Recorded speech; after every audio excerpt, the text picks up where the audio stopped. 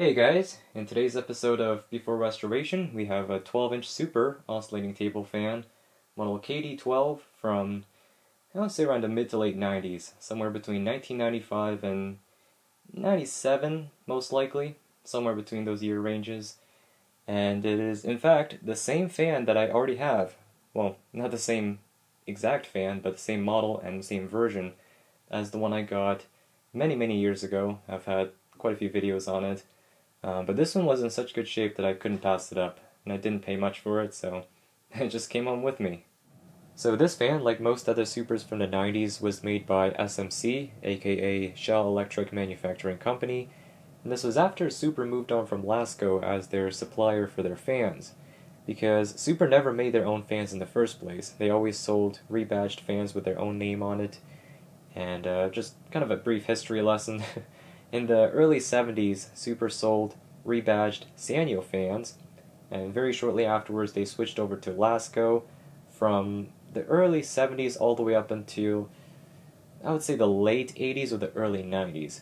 Now, I will say that Lasco fans did use a lot of Sanyo parts, so it kind of goes hand in hand, but Sanyo slash Lasco from the 70s up until late 80s and early 90s.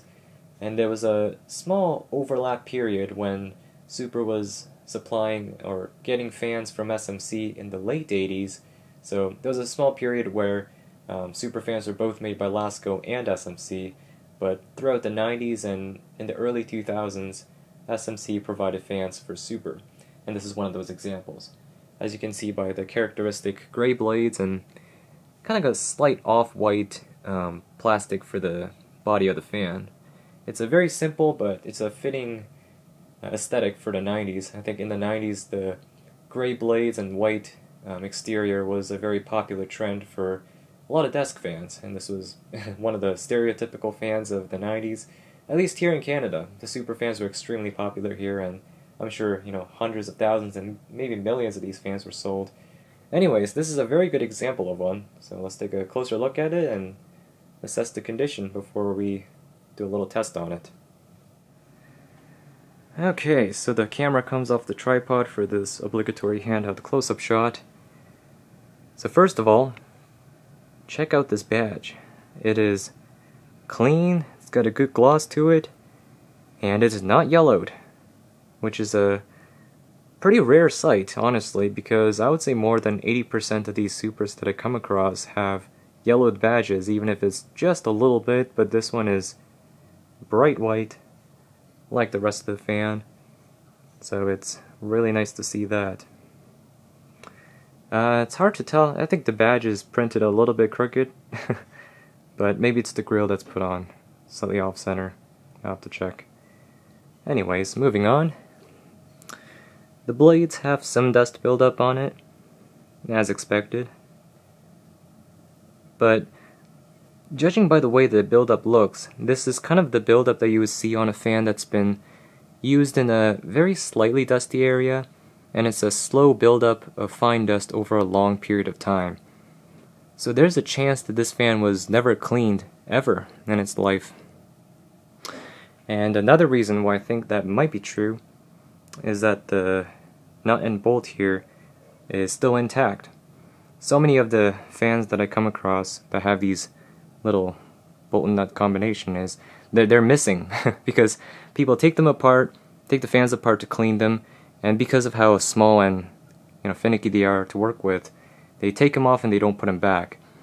And let's see, yeah, this Super right here, I peeled off the little clear thingy, but is also missing the nut and bolt combination. So nice to see that it's still there, and possibly an indication that this is a relatively low hours machine.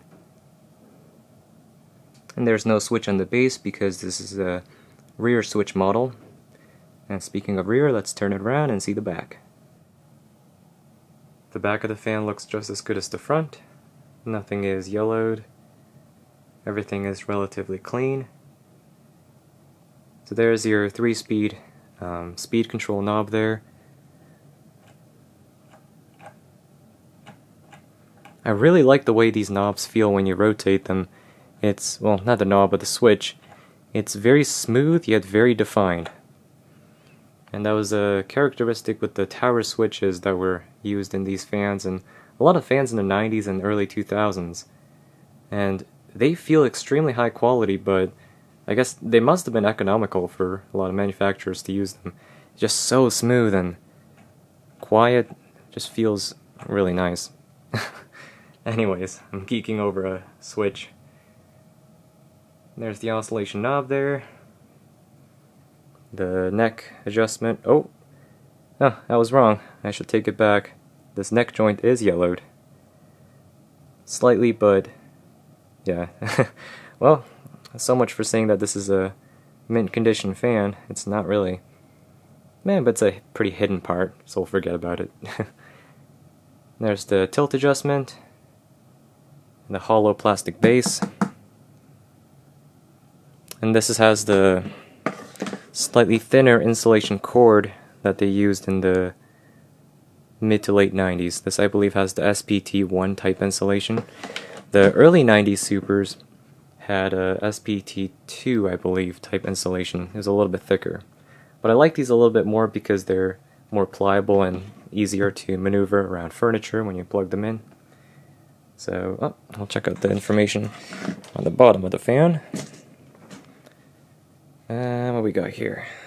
Let's turn the camera upside down. You're gonna have to bear with me as I try to read this upside down.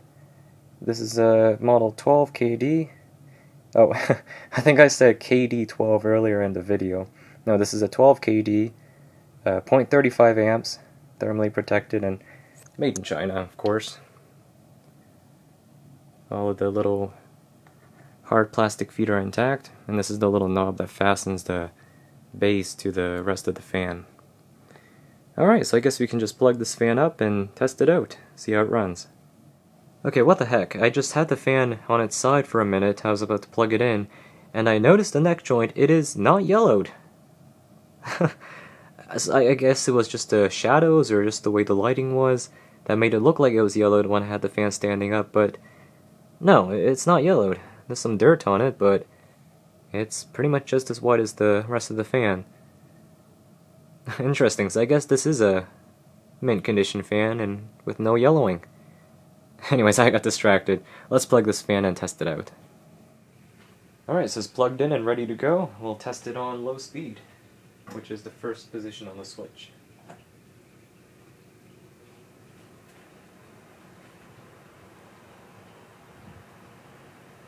Nice and quiet.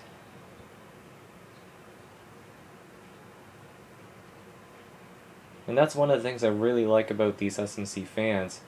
The 12 and the 16-inch fans, they were extremely quiet on low speed, but without sacrificing on airflow. Because the blades on the fans are pretty steeply pitched, and they have a beefy motor to drive them, so they're able to move a lot of air without generating a whole lot of noise. Yeah, these were definitely the last of the good fans.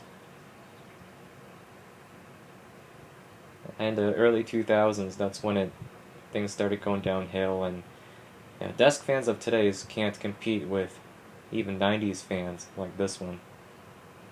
It's just so quiet and so powerful. Man, why can't fans still be like this today?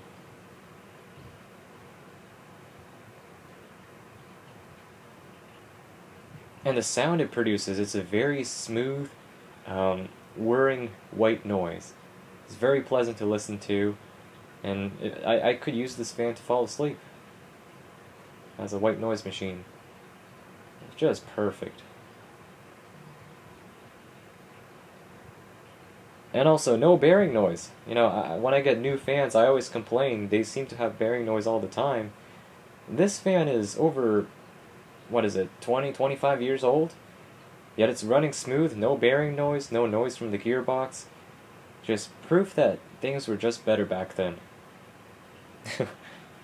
Anyways, let's step it up to medium.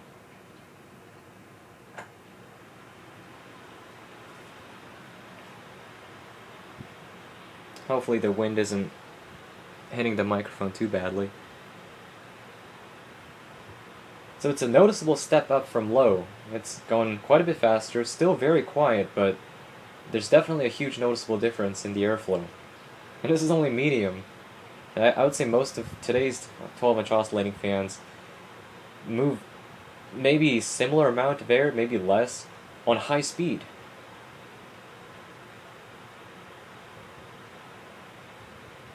Yeah, these are such great fans. I really like them.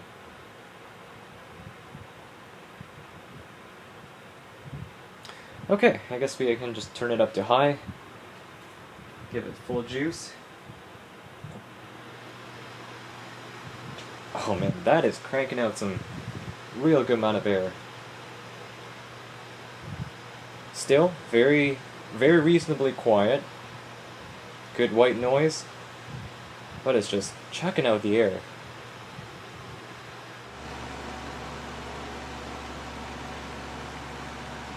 That's some good blade pitch. Really impressive.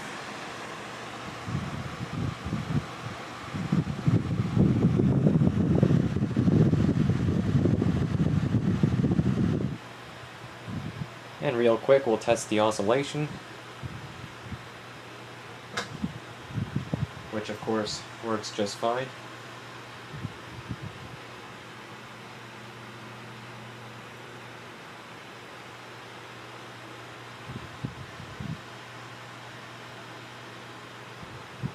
We'll shut it off. I think that's good enough of a test to confirm that it does work. The oscillator knob seems to be a little bit loose, so I'll tighten it up.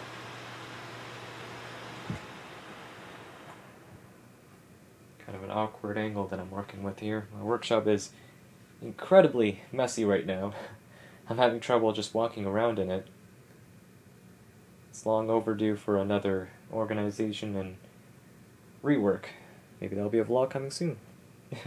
Anyways, so that is the 90s Super 12-inch oscillating fan, model 12KD, not KD12. Before restoration, we'll get this fan cleaned up.